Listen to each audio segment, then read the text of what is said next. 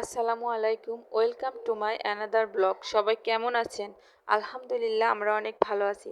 আজকে আমরা চলে আসছি লালপুর ইতিহাস ও ঐতিহাসিক নিদর্শন সময়ের মধ্যে অন্যতম শ্রী ফকিরচাঁদ গোসাইয়ের আশ্রমে। আশ্রমের প্রবেশ পথে দুই পাশেই সারি সারি সুপারি গাছ। এই আশ্রম চত্বরের ওপরে, প্রবেশপথের ওপরেই বিভিন্ন ধরনের কারুকাজ দিয়ে সজ্জিত। পাশে আছে শান বাঁধানো পুকুর। আশ্রমের ভেতরে অনেকগুলো ছোট বড় আমের গাছ আছে।